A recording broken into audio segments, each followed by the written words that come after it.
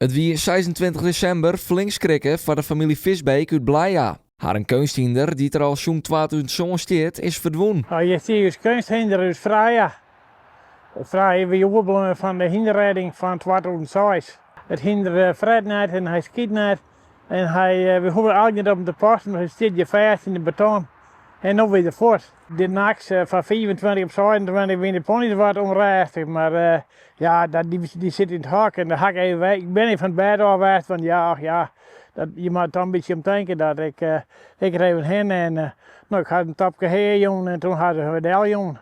En verder had ik niks vernomen. Gerben hoopt dat zijn hindervrije zo gauw als mogelijk weer omkomt. Ik gaat ervan uit dat het naughty stunt is. Zo kreeg de familie Visbeek de snijntemoons post. Dus hoe we in de brievenbus zetten, daar zit een licht wit hinderkind van Zagrutse wat. En dan moesten we iedereen eerst met de held zetten.